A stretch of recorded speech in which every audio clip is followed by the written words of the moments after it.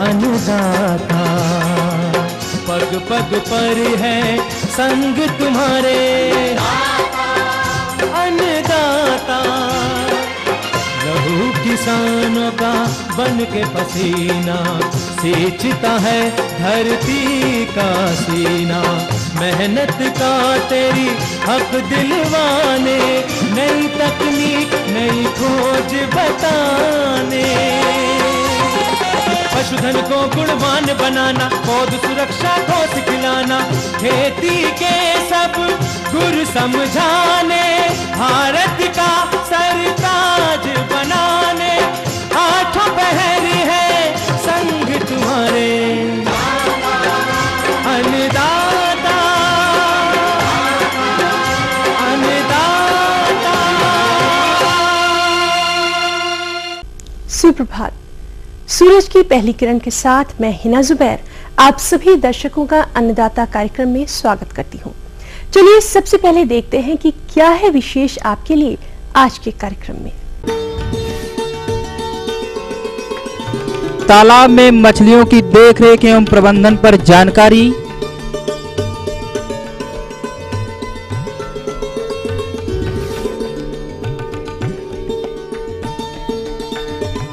Guinea foul मुर्गी पालन पर जानकारी।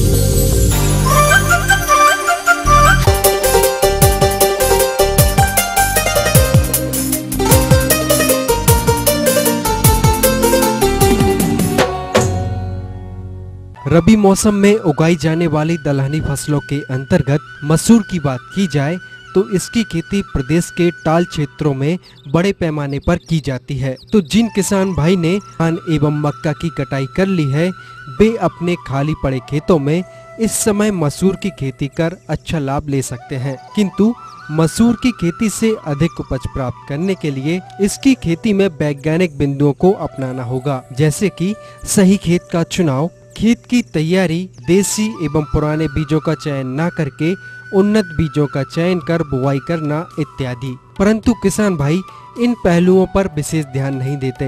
अंततः किसानों को मसूर की खेती से प्रति एकड़ कम उपज में ही संतोष करना पड़ता है। कुंवर मंडल, घर बल्थी महेशपुर, प्रखंड कुरसेला प्रखंड का किसान श्री, जिला कटिहार।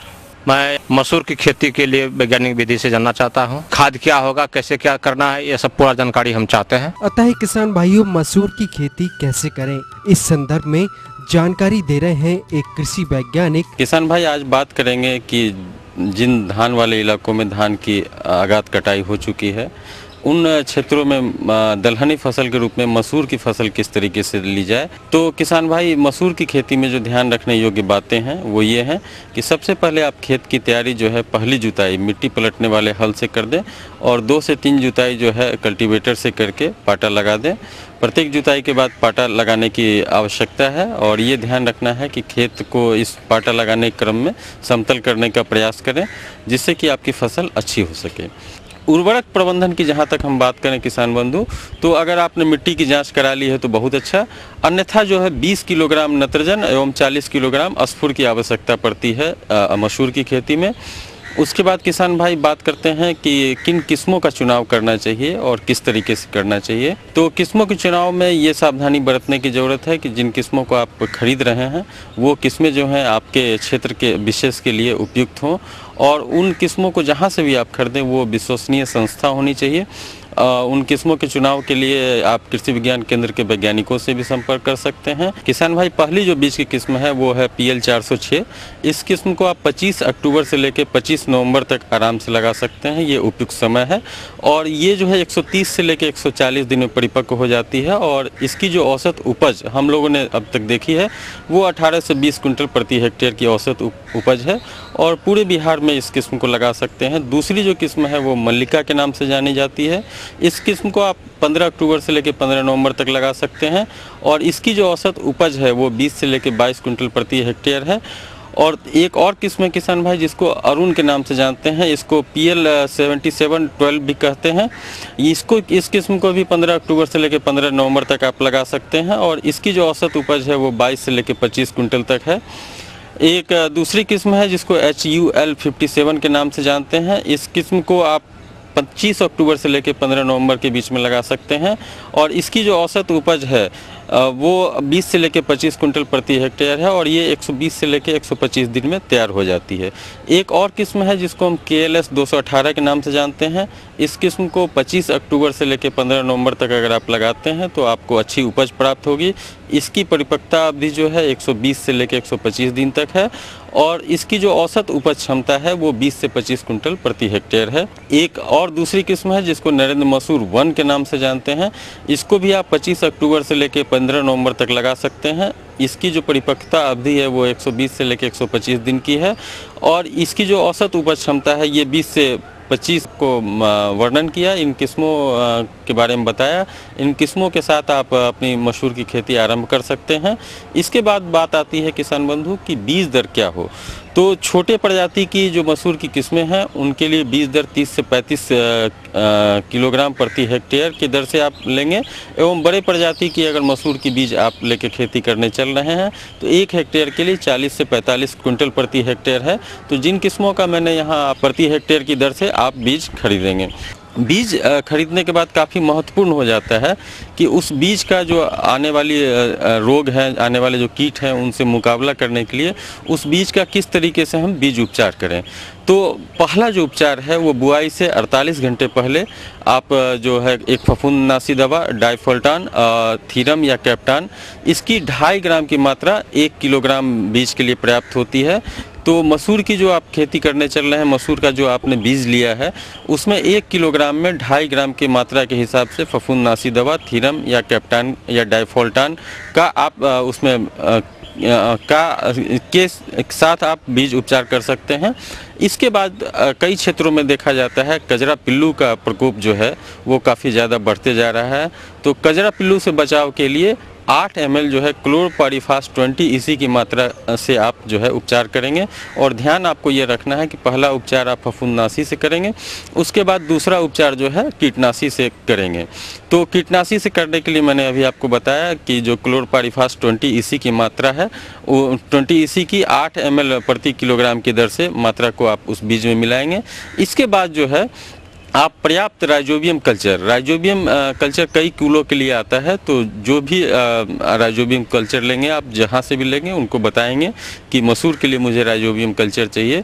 तो मसूर के लिए उपयुक्त राइजोबियम कल्चर से आप उसका उपचार कर दें बुआई के ठीक पहले। एवं इसके साथ साथ जो खेत में छूटा हुआ फास्फोरस है उसको घुलनशील बनाने के लिए PSB जो फॉस्फेट सल्बलाइजिंग बैक्टीरिया आता है, फॉस्फेट घोलक जीवाणु आता है, उससे आप बीज को उपचारित करके मसूर का बीज जो है बीज खेत में लगाएं। इसके बाद जो पंक्ति से पंक्ति की दूरी होनी चाहिए वो 25 सेंटीमीटर होनी चाहिए एवं कतार से कतार की दूरी जो है 10 सेंटीमीटर की सहायता से का ध्यान रखते हुए आप मसूर के बीज को लगाएं। एवं निकाय इसके बाद निकाय गुड़ाई एवं खरपतवार की बात आती है। तो पहली निकाय गुड़ाई की आवश्यकता जो है 15 से 20 दिन पे पड़ती है और दूसरी निकाय गुड़ाई की आवश्यकता 40 से 45 दिनों पे पड़ती है। अगर आपके पास मैनुअल लेबर उपलब्ध नहीं है, मानव श्रम उपलब्ध नहीं है, तो आप पेंडीमेथिलीन 30 EC की मात्रा बुआई के 48 घंटे के भीतर 1 हेक्टेयर खेत के लिए 3 लीटर की मात्रा जो है उसका आप छिड़काव कर देंगे। तो जो खरपतवार है उनको आप वहीं पर रोक देंगे। कार्यक्रम में लेंगे एक छोटा सा कमर्शियल ब्रेक और जल्द लौटेंगे कुछ और जानकारियों के साथ।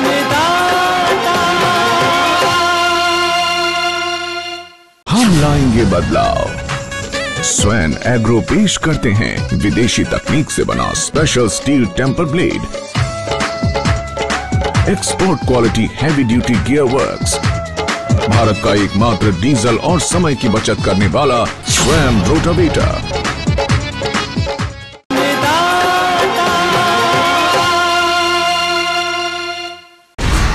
ये नहीं है कोई परियों की दास्तां, ना ही सास बहू की है ये कहानी। ये दास्तां है सच्ची वारदातों की, दिल दहला देने वाले अपराधों की। करेंगे हम पर्दाफाश ऐसे वाकयात का दास्ताने जुर्म।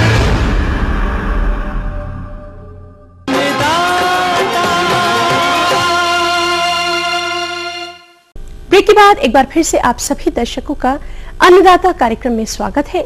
बढ़ते हैं अगली प्रस्तुति की ओर।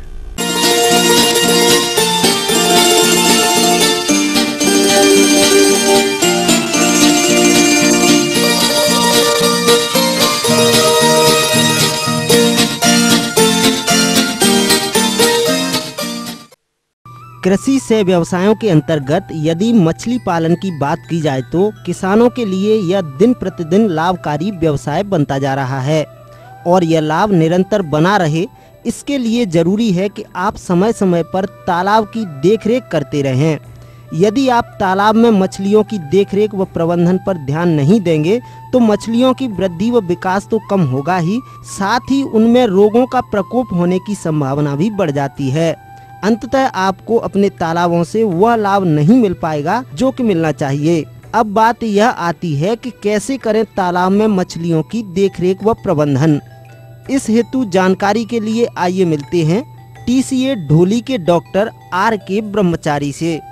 पुंक्टियस गोनियोनोटस सिल्वर बार या जावा बार के पालन के बारे में बताना चाहता हूँ। संचयन दर 7,000 प्रति एकड़ की दर से इनका संचयन अपने तालाब में करना है।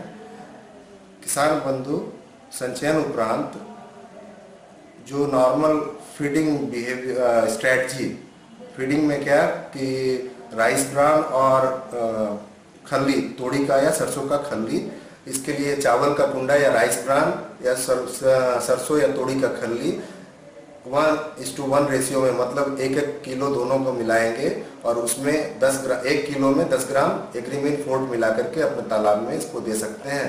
परंतु जिनके तालाब में आहार की उपलब्धता ज़्यादा होगी वो 2% शरीर के भार से भोजन देंगे और जिनके तालाब में पलवकों की उपलब्धता कम होगी, मतलब पानी का रंग अगर हरा नहीं होगा, वो अपने तालाब में 4% शरीर के भार के दर से आहार उपलब्ध कराएंगे।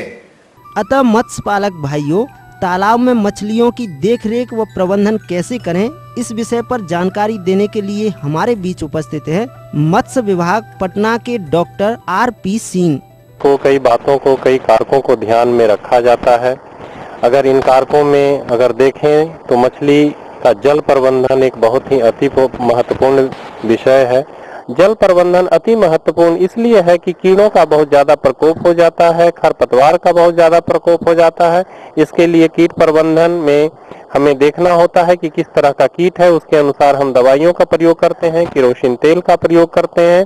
इस तरह से हम कीट का नियंत्रण करते हैं। जलीय खरपतवार के लिए हम एक एक्जोटिक मेजर कार्प में एक प्रजाति आती है ग्रास कार्प, उसको भी डालते हैं, जिससे कि नेचुरली वो हमें जो छोटे छोटे पेड़ पौधे, जो जलीय पौधे होते हैं, उसको आराम से खाती है, जो उसके भोजन के लिए काम आती है। लेकिन जो ज्यादा जलीय खरपतवार होते हैं, जैसे वाटर हाइसिन, जलकुंभी जिसको कहते हैं, इस तरह की जो चीजें होती है उसको हटाना बहुत जरूरी होता है। अगर हम इन IMC मछलियों के लिए या एक्जोटिक कार्प के लिए खरपतवार का नियंत्रण नहीं करेंगे तो मछलियों में ऑक्सीजन की डिफिशियंसी हो जाती है, जो कि हमारे उत्पादन पे बहुत ही बुरा असर पड़ता है। आते हैं भोजन प्रबंधन की अगर बात करें, मछलियों को अगर उचित बढ़वार चाहिए, अच्छा ग्रोथ चाहिए, ज्यादा से ज्यादा उसकी ग्रोथ होनी चाहिए, तो उसके लिए मछलियों का भोजन एक निहायत ही अति इम्पोर्टेंट कारक है जिसे हमें देना जरूरी है। किसान भाई इसमें बहुत भूल करते हैं, क्योंकि आम बोलचाल की भाषा में लोग सोचते हैं कि मछलियों की भोजन की आवश्यकता नहीं है, जो कि ऐसा गलत बात है। मछलियों को हम प्लैंकटन डेवलपमेंट के लिए गोबर का प्रयोग करते हैं, जिससे कि तालाब में प्लैंकटन एक अच्छा भोजन होता है। इसमें प्लैंकटन 2 तरह का होता है, फाइटोप्लैंकटन एंड जूप्लैंकटन। ये दोनों तरह का प्लैंकटन मछलियों का भोजन के लिए, जो प्राकृतिक भोजन है उसके लिए बहुत ही अच्छा भोजन होता है, जो मछलियों का बढ़वार के लिए बहुत ही उपयोगी होता है। इससे हम गोबर का प्रयोग करते रहने से प्लैंकटन हमेशा तालाब में बरकरार होता है। इसके साथ साथ अगर प्लैंकटन की कमी हो गई हो और जल्दी हमें उसमें उर्वरक की आवश्यकता होती है प्लैंकटन विकसित करने के लिए, तो हम उसमें यूरिया का भी प्रयोग करते हैं, सिंगल सुपर फास्फेट का भी प्रयोग करते हैं। तो इन चीजों का हम ध्यान रखते हैं कि उसमें जो प्राकृतिक भोजन है उसका मात्रा बरकरार है। इसके साथ साथ हम लोग बाहर से भी भोजन देने का प्रबंधन करते हैं, जिसको परिपूरक आहार कहते हैं। और इस परिपूरक आहार में हम उसका मैनेजमेंट इस तरह से करते हैं कि मछलियों का बढ़वार बहुत ज्यादा हो, जिसके लिए आजकल बना बनाया फीड भी आता है। और किसान भाई अपने स्तर पे भी मस्टर्ड ऑयल केक, जो सरसों की खल्ली हो गई, मूंगफली की खल्ली हो गई, तीसी की खल्ली हो गई और राइस ब्रान, इन चीजों को मिला करके भी वो तैयार कर सकते हैं, जिसका एक निश्चित मात्रा होती है, जिसको डाल के अपने घरों पे भी बना, जिसकी कीमत कम होती है। लेकिन बाजार में भी बना बनाया फीड आता है, जिसको प्रयोग कर सकते हैं, जिससे कि तेजी से बढ़वार होती है। इसके साथ साथ हमेशा पानी की गुणवत्ता को भी जांच करते रहना चाहिए। पानी का पीएच हमेशा जो है न्यूट्रल के आसपास होना चाहिए, 650 7.5 के आसपास पीएच हमारा होना चाहिए। ऑक्सीजन लेवल हमें मेंटेन रहना चाहिए। ऑक्सीजन की कमी होने से मछलियां ऊपर आने लगती है, सांस लेने लगती है, और जिससे कि डिफिशियंसी होने के कारण मछलियों की मौत भी होती है, रोग का भी आक्रमण होने लगता है। तो हमें इसमें ऑक्सीजन का प्रबंधन का भी जिसके लिए हम फव्वारा चला सकते हैं, जिससे कि पानी हमेशा सुबह सुबह पानी का स्रोत से पानी डाल सकते हैं, जिससे ताजा पानी आने से ऑक्सीजन का उसमें बढ़वार हो जाए। इस तरह से ऑक्सीजन का प्रबंध करके इस तरह किसान भाई इन चीजों का ध्यान रखना होता है। बीच बीच में रोग की जांच के लिए हम जांच करते रहते हैं कि हम रोग वगैरह तो नहीं लग गया, इसके लिए बीच बीच में जाल चलाते रहते हैं और मछलियों को जांच करते रहते हैं कि हम किस तरह से उसका रोग वगैरह नहीं प्रकोप हो। और रोग वगैरह का प्रकोप होने पे हम तत्काल उसका निराकरण के लिए दवाइयों का प्रयोग करते हैं। वैसे चूना का प्रयोग निरंतर हर महीने करते रहना होता है, जिससे कि किसी तरह का छोटे मोटे जो जीव जंतु होते हैं वो उससे नष्ट हो जाते हैं उसका, और उसके साथ साथ ऑक्सीजन का लेवल भी अच्छा हो जाता है। इस तरह से मछलियों के प्रबंधन के लिए पानी का लेवल हमेशा मेंटेन रहना चाहिए, चूना हर महीने प्रयोग करते रहना चाहिए, इस तरह से ऑक्सीजन का चेक करते रहना चाहिए। जो मोटा मोटी जो कॉमन बातें हैं, जो आमतौर पे ध्यान रखने वाली बातें हैं, हमारे किसान बंधु को ध्यान देना चाहिए।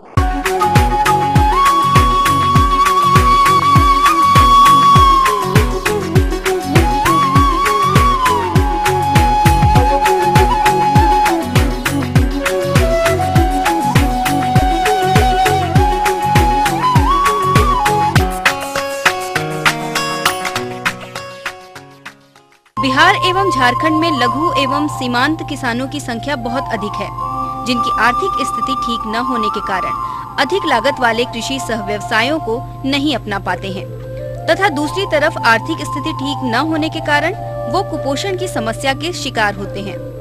अतः ऐसे किसान भाइयों के लिए कृषि में कम लागत वाले कृषि सह व्यवसाय उपलब्ध हैं, जो कि उसे अपनाकर अपनी दोनों समस्याओं से निजात पा सकते हैं, जैसे कि मशरूम उत्पादन, बकरी पालन, बैकयार्ड मुर्गी पालन इत्यादि प्रमुख हैं। यदि बैकयार्ड मुर्गी पालन के अंतर्गत गिनिया फाउल की बात करें तो अन्य मुर्गियों की अपेक्षा इसमें किसी प्रकार की बीमारियों की संभावना काफी कम होती है, लेकिन बिहार में भी इसे अपनाया जाए तो लाभ की काफी संभावनाएं हैं। बस जरूरत है इस व्यवसाय में थोड़ी सी उचित देखरेख की। तो आइए आज इसी व्यवसाय पर संपूर्ण जानकारी लेते हैं इस कार्यक्रम के माध्यम से। किसान भाइयों, गिनिया फाउल बहुत ही चंचल प्रवृत्ति का पक्षी है, जिसको पिछले कुछ वर्षों से मांस एवं अंडा उत्पादन के लिए आवास प्रणालियों में पालतू बनाने हेतु पालन किया जा रहा है, जो कि काफी सफल भी हो रहा है, क्योंकि यह गिनिया फाउल पक्षी का पालन कम खर्च एवं कम देखरेख में करके लघु, सीमांत तथा भूमिहीन किसान अपने दैनिक भोजन में इसके अंडे एवं मांस का उपयोग करके अपनी कुपोषण की समस्या को दूर कर स्वस्थ भी रह सकते हैं, तथा इसके मांस एवं अंडे को बेचकर अतिरिक्त लाभ ले सकते हैं। तो किसान भाइयों, यदि आप इसका पालन करना चाहते हैं तो आप इसके चूजे केंद्रीय पक्षी अनुसंधान संस्थान बरेली से इसके चूजे प्राप्त कर सकते हैं। जहां तक इसमें प्रजातियों की बात है तो इसमें मुख्य रूप से पर्ल और लेवेंडर नामक 2 प्रजातियों का प्रयोग पालन हेतु किया जाता है। अब आइए जानते हैं इसकी आवास व्यवस्था के बारे में। अर्ध सघन बिछाली पद्धति। किसान भाइयों, गिनिया फाउल पक्षी समूह में चराई पर निर्भर रहने वाला पक्षी है, अतः अर्ध सघन पद्धति में पालन कर आहार के खर्च को काफी कम करके किसान भाई भरपूर लाभ ले सकते हैं, क्योंकि इस पद्धति में 50% से अधिक आहार की पूर्ति चराई से करते हैं और गिनिया फाउल का प्राकृतिक वातावरण में अधिक विकास होता है। अच्छे उत्पादन की प्राप्ति हेतु प्रति वर्ग मीटर 10 से 15 गिनिया फाउल पक्षी का पालन किया जाना चाहिए, तथा बिछाली में धान की कुट्टी, लकड़ी का बुरादा आदि का प्रयोग करते हैं। बिछावन की नमी 30% से अधिक नहीं होनी चाहिए। पहले गिनिया फाउल के चूजे लाने के बाद 2 सप्ताह तक उनको ब्रूडर में रखते हैं तथा 1 वर्ग मीटर में 20 चूजों को रखा जाता है। चूजे लाने के उपरांत शुरू में 24 घंटे तक चीनी या गुड़ का घोल प्रदान करते हैं तथा आहार के लिए बिछाली पर समाचार पत्र बिछाकर दाना डालते हैं। किसान भाइयों, अगर इसके आहार की बात की जाए तो ये ब्रॉयलर को दिए जाने वाले राशन एवं चराई पर ही पाला जाता है, जिसमें प्रथम सप्ताह प्रति पक्षी प्रतिदिन 5 ग्राम, दूसरे से चौथे सप्ताह 10 ग्राम, चौथे से छठवें सप्ताह में 15 ग्राम और छठवें से 8वें सप्ताह तक 20 ग्राम, 10 से 12 सप्ताह तक 25 ग्राम, 12 से 14 सप्ताह तक 30 ग्राम तथा 14 से 16 सप्ताह तक 32 ग्राम ब्रॉयलर राशन देते हैं। और यदि चराई की बात करें तो 2 से 4 सप्ताह के चूजे को मात्र 1 घंटे चराई करवाते हैं। इसके उपरांत 4 से 5 घंटे तक ये चराई करते हैं, जिसमें छोटे कीड़े मकोड़े तथा खरपतवारों को खाते हैं और ये पक्षी फसलों को नुकसान नहीं पहुंचाते। ये पक्षी बिक्री हेतु 10 से 12 सप्ताह में 1 किलो से ऊपर का वजन धारण कर लेते हैं। किसान भाइयों, अंडा उत्पादन के लिए इस पक्षी को 2 से 3 वर्षों तक रखा जा सकता है। यह 5 से लेकर 6 महीने के उपरांत अंडा देना प्रारंभ करता है। ये मार्च से लेकर सितंबर माह तक ही अंडे देता है, क्योंकि यह मौसमी अंडा उत्पादक पक्षी है। और किसान भाइयों, ग्रामीण परिस्थितियों में इससे वर्ष में 100 अंडे की प्राप्ति होती है। किसान भाइयों, अब आइए जानते हैं आर्थिक विश्लेषण के बारे में। तो जो किसान भाई व्यवसाय की शुरुआत करना चाहते हैं, उन्हें आवास में 2000 रुपए प्रति वर्ग मीटर के हिसाब से 100 गिनिया फाउल पक्षी के लिए 7 वर्ग मीटर आवास हेतु 14,000 रुपए तथा ब्रूडर, खाने के बर्तन इत्यादि पर 600 रुपए का खर्च आता है। इनके आहार की खर्च की बात करें तो अर्ध सघन प्रणाली में प्रति गिनिया फाउल पक्षी दाना लगभग 1.5 किलो खाकर 1 से 1.25 किलो का वजन धारण करती है, जिस पर केवल 22 रुपए का खर्च आता है, क्योंकि इस पद्धति में गिनिया फाउल पक्षी 50% से अधिक अपने आहार की पूर्ति बाहरी वस्तुएं जैसे घास, कीड़े तथा बेकार फल एवं सब्जियों को खाकर करती है। यदि बिजली, दवा, परिवहन खर्च की बात करें तो प्रति पक्षी लगभग 5 रुपए आता है। इस प्रकार 1 किलो गिनिया फाउल पक्षी तैयार होने में लगभग 27 रुपए का व्यय आता है। अतः किसान भाई एक चक्र में 100 गिनिया फाउल पक्षी लाते हैं, जिसमें मृत्यु दर अगर 10% मान ली जाए तो इस प्रकार 90 पक्षियों को 4 महीने उपरांत जब 1 किलो से ऊपर वजन हो जाता है तो उसे 100 रुपए प्रति किलो की दर से बेचकर एक चक्र में 9,000 रुपए की प्राप्ति कर सकते हैं। इस तरह से वर्ष में 3 चक्र पालन कर 27,000 रुपए का कुल आमदनी प्राप्त होता है। यदि इसमें चल लागत 8,100 रुपए तथा अचल लागत एवं पूंजी ब्याज के रूप में 1,035 रुपए घटा दिए जाएं, तो प्रति वर्ष लगभग 17,865 रुपए की शुद्ध आमदनी प्राप्त कर सकते हैं। तो किसान भाइयों, आप अपने खेती के मुख्य कार्य को करते हुए इसमें केवल 3 से 4 घंटे का समय देकर अगर इसको अपनाते हैं तो आप अच्छा लाभ कमा सकते हैं।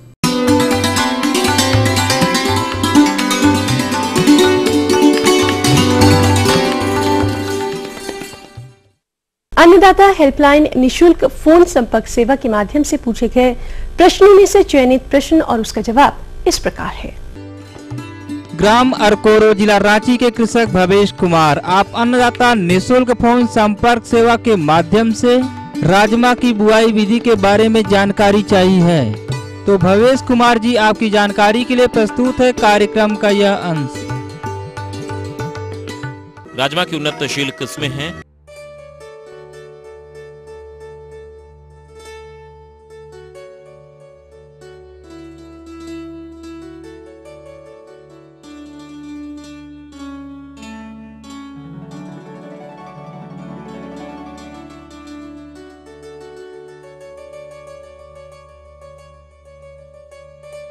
बीज की मात्रा। झाड़ीनुमा किस्मों के लिए 80 से 90 किलोग्राम तथा लता युक्त किस्मों के लिए 25 से 30 किलोग्राम बीज की प्रति हेक्टेयर आवश्यकता होती है। बीजोपचार। बीज जनित रोगों से बचाने के लिए 2.5 ग्राम प्रति किलोग्राम बीज टान या थीरम फफूंदीनाशी से बुआई से पहले बीज को अच्छी तरह उपचारित करके बोना चाहिए। खाद एवं उर्वरक। दलहनी फसल होने के बाद भी इसकी जड़ों में वायुमंडल से नाइट्रोजन एकत्रित करने वाली ग्रंथियां अन्य दलहनी सब्जियों के तुलना में कम मात्रा में बनती है, जिसके कारण अपेक्षाकृत खाद एवं उर्वरक की अधिक आवश्यकता होती है। अच्छी पैदावार के लिए खेत की तैयारी के समय 20 से 25 टन सड़ी हुई गोबर की खाद बुआई के 15 दिनों पहले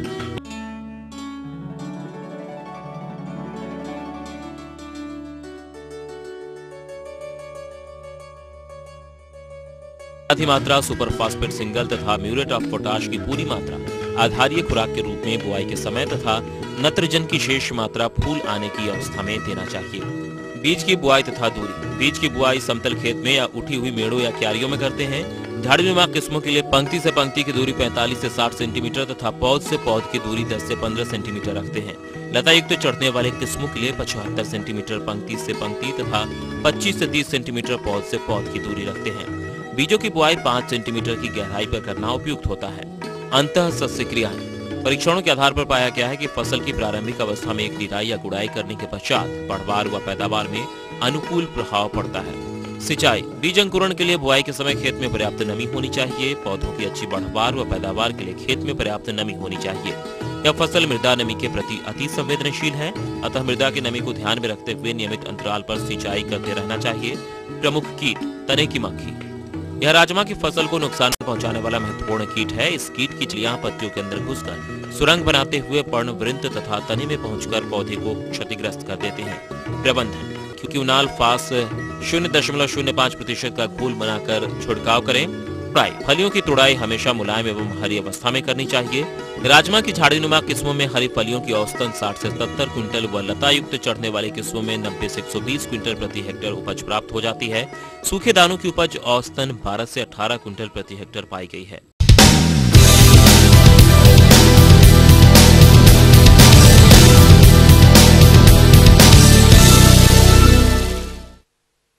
आइए एक नजर डालते हैं राज्य की विभिन्न मंडियों में कृषि उत्पादों के बाजार भाव पर।